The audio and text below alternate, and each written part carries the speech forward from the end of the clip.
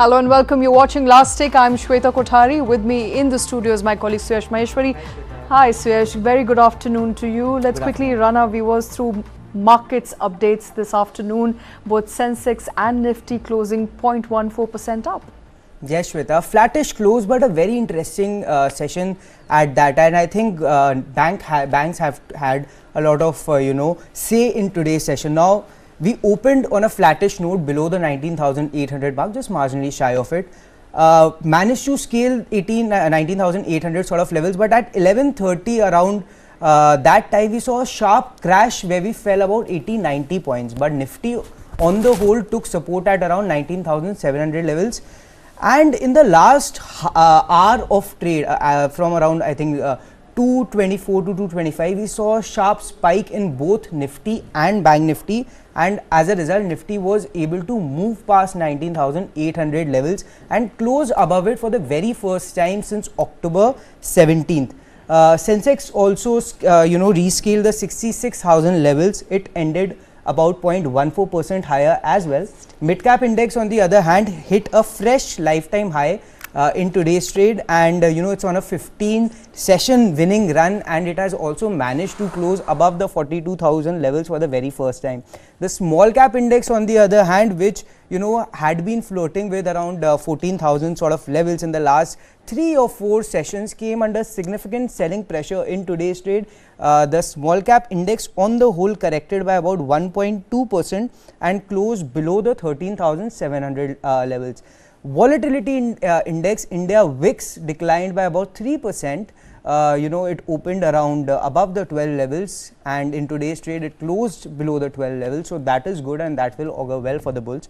The overall breadth of the market, Shweta, however, is currently favoring the bears. In today's trade around 1,060 shares advanced, whereas around 1,400 shares declined in today's session. 114 shares were unchanged. About 108 stocks hit an upper circuit, a fresh upper circuit, and 63 stocks were hit a lower circuit. Stocks that hit 52-week high, there were about 140 stocks that hit a fresh 52-week high, whereas around 14 stocks hit a fresh 52-week low in today's trade. All right, thank you for that. Rohit Srivastava, founder, market strategist, India Charts, joining us on the show. Rohit, good to have you back. Thank you for taking time out. Run our viewers through your understanding of the markets today. Very interesting, volatile session, but ending in positive or marginally positive, but positive at it. Yeah, I think the market sort of losing momentum here. We are watching 19,840 very, very closely, because that's the level from which the markets sold off in the month of October. And if we don't get past that, then it is possible that we develop another leg to the downside. Now we are getting some early signals from some of the divergences with sectoral indices and with the small caps. So what has really happened is that you saw very strong performance in the mid and small cap indices, which ended up at all-time highs. But when these new all-time highs are not confirmed by the Nifty itself, we end up calling that bearish intermarket divergence, which means, and when that doesn't happen and the markets roll over, you actually get a trend reversal of sorts, at least in the medium term. That is the setup that we are looking at. A loss of momentum, because the number of stocks that were showing positive momentum based on our sentiment indicator known as the daily swing has dropped from around 82% to 44%. So that's the number of even though the index is generally at the same level. So we are seeing weaker and weaker performance on a day-to-day basis, or participation, I should say, on a day-to-day basis. I think it's time to be cautious, stay prepared for the possibility that the markets sell off again, unless we can really get past 19,840 conclusively. So that's I think the setup we are watching right now. Sir, you mentioned that you are cautious right now on the overall outlook, but won't you say that we have consolidated rather, after a 1,000 point run up from October 26 low of about 18,837, we have gained about 1,000 points or so, and in the last 3 or 4 trades, I'm talking about Nifty here, we have not moved much on the upside for sure, but on the downside we have not given up much of these gains. So would you call it consolidation, or is the overall view cautious? It's a very fair question, and there are multiple observations that we put together to tell ourselves whether we should be cautious or not. Sometimes we even ignore other factors when certain macro factors become extremely favorable. For example, if liquidity is very strong, should we then ignore some of the short-term momentum readings or sentiment readings? And at times that works.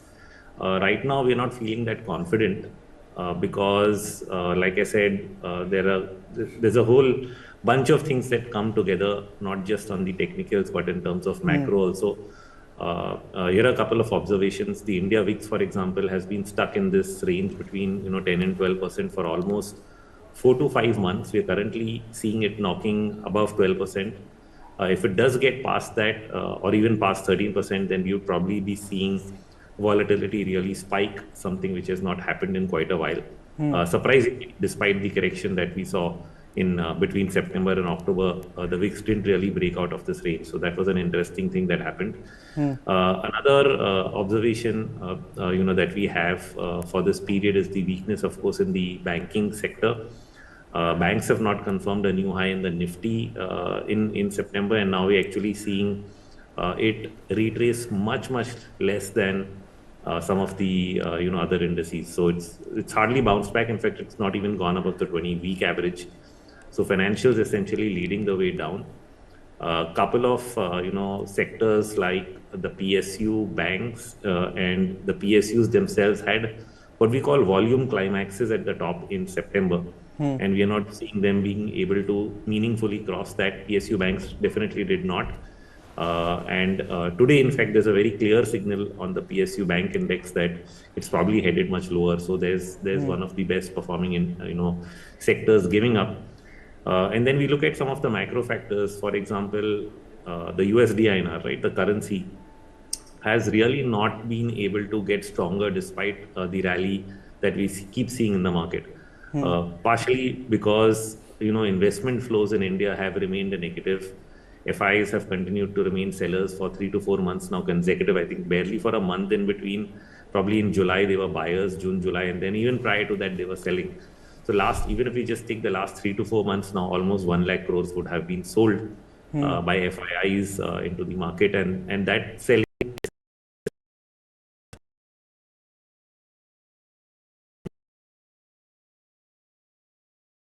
it gets funded mostly by currency flows from FDI or FII. And if those are weak, then the currency doesn't really strengthen. And that's, I think, a problem that keeps knocking at our door. We are at 83, not getting stronger. If we break past that 83 half mark, then you'll probably see the currency ending up at new lows. So these are multiple things we are watching, happen on a day-to-day basis. For example, even the dollar index weakened recently, but the USD INR did not fall, at all. So it's really showing meaningful weakness right there. And that is why when we observe these technical divergences, which I mentioned between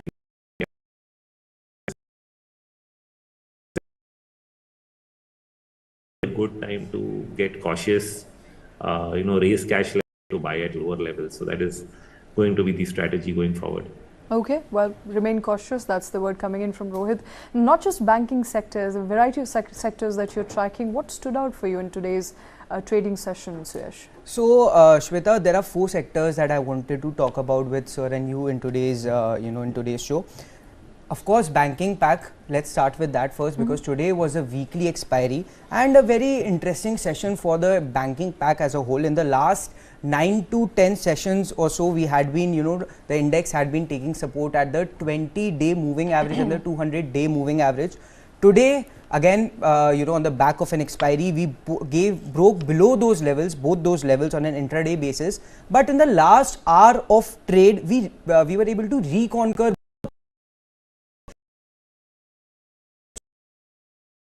So a very interesting movement, we are seeing there in the banking pack as a whole.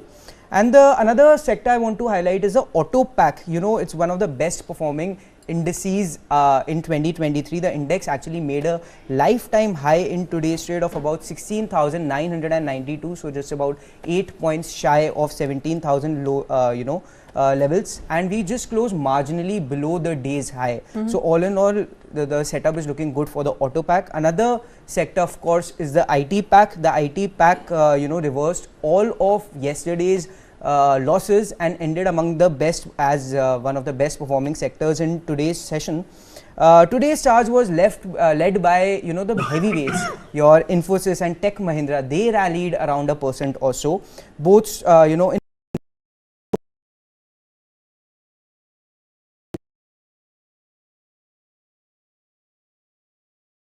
the lifetime high in today's session was the pharma pack. It scaled 16,000 mark for the very first time, and also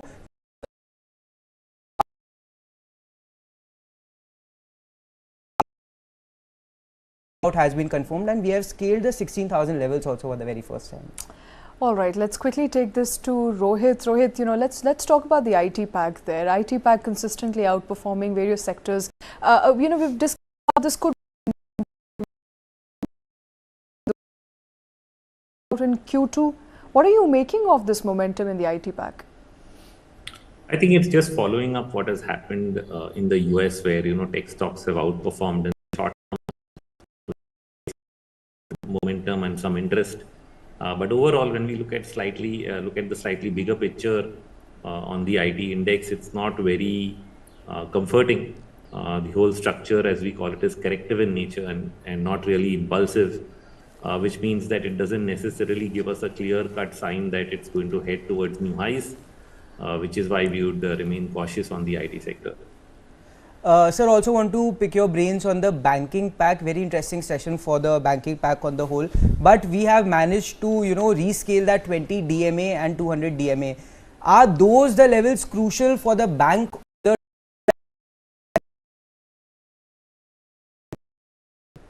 Yeah, that was a critical level to watch for today and will continue to be for tomorrow.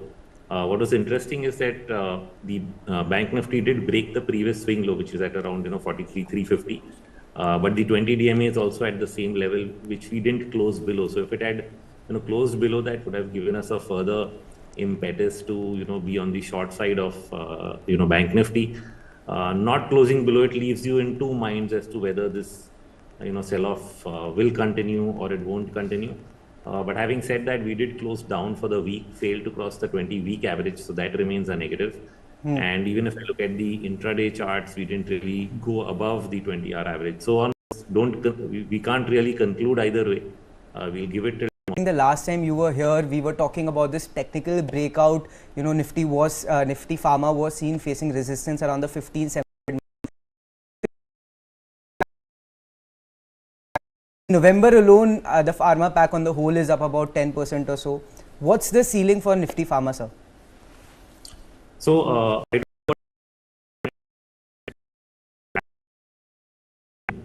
for a while. So we let that play out, so if we did take the cues at the breakout point, all we do then was huge runaway, but definitely what happens is when you get other parts of the market weakening,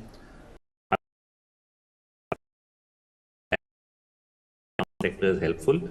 It also helps on the way down. Sometimes people don't want to get out of the market, and when markets fall, so whether you take it as a defensive allocation or simply as something which is sort of outperforming for the moment, I think it still remains positive. All right. And are the fundamentals supporting these levels in pharma, sir? I think so. It's been a very, very long consolidation phase. If you look at the pharma index, it didn't really perform most of 22. In fact, from early 2021, it had stopped being part of the market rally, which was then the COVID rally. And so, having gone through such a long consolidation phase, it's in a different. The setup in pharma is very, very different from some of the other sectors that simply extended their gains.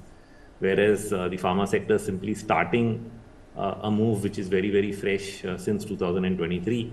So even if there is a correction at some point of time in the pharma index, I would think that it's just a pullback inside what is going to be a much larger trend to the upside.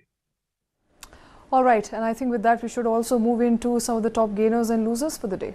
Yes, Shweta. So among the top gainers, let's look at that first. It was BPCL. The stock was among the top losers yesterday, by the way. It rallied, and it has rallied by about 3.7%.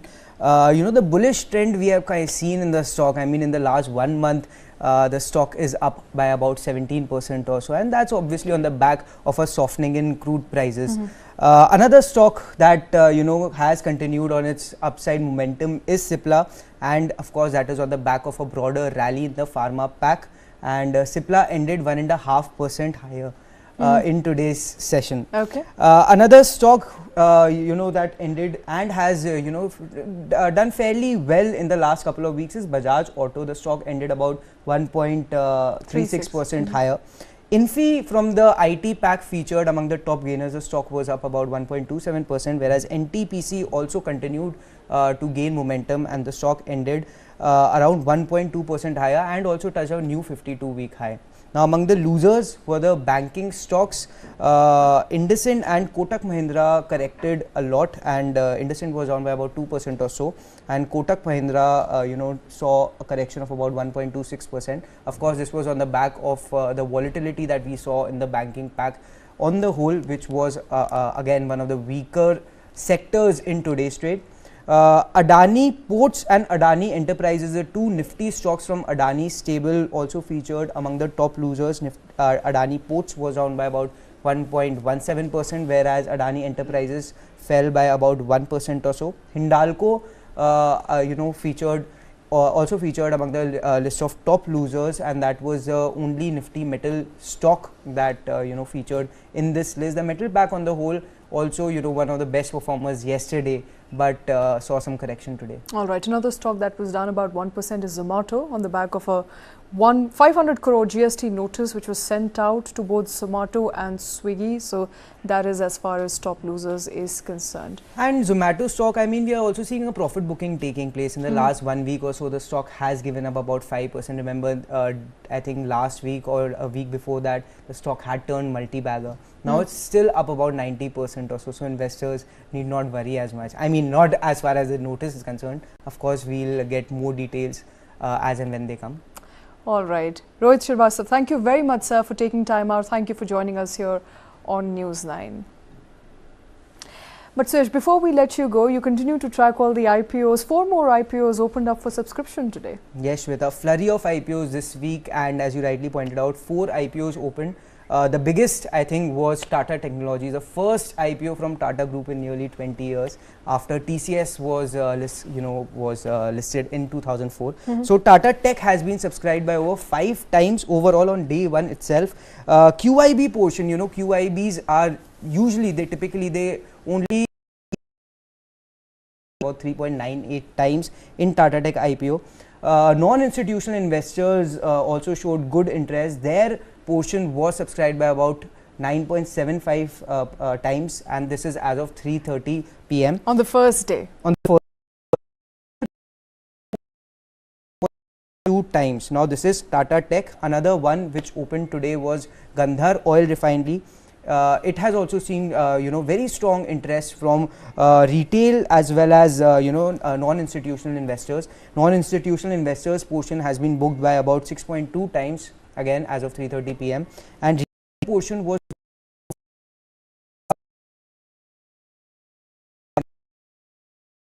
fully booked and has been oversubscribed by about 34% or so. PM retail book was completely full.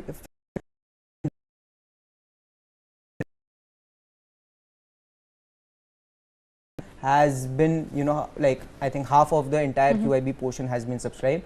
NII portion has been booked almost twice. Fedbank financials, on the other hand, did not see, saw muted interest. The issue on the whole has been subscribed by about 0.32%. Retail portion has been booked by about 0.57%. QIBs are absent, and NIIs have booked 0.16%. ERDA IPO is on the day 2. Yeah, second day for that issue. So the issue has been subscribed by about 4 times, and this is as of 3:30 p.m. on day 2. Retail portion has been booked by about 3.91 times. whereas NIIs has shown strong interest in the stock, and that portion has been filled by about 6.5x. QIBs also took interest in the issue, and their portion has been booked by about 2.25 times. Exemplary participation there as far as IPOs is concerned. In fact, as compared to Q2, the IPOs in Q3, I know you brought up that chart for our viewers. Lot of IPOs around the corner. Lot of IPOs, and I think the majority of IPOs that we have seen this year, they only picked up from September. September we saw around 14 listings. This time around, so far in November alone, we have had 8 listings or so. And if you compare it with the first half of 2023, on the whole we only had about 10 listings or so. So the primary market is clearly buzzing. Primary market buzzing, that's the word from Suyash. Suyash, thank you very much for joining us on the show. And with that, it's a wrap on Last Take. We'll be back after a very short break.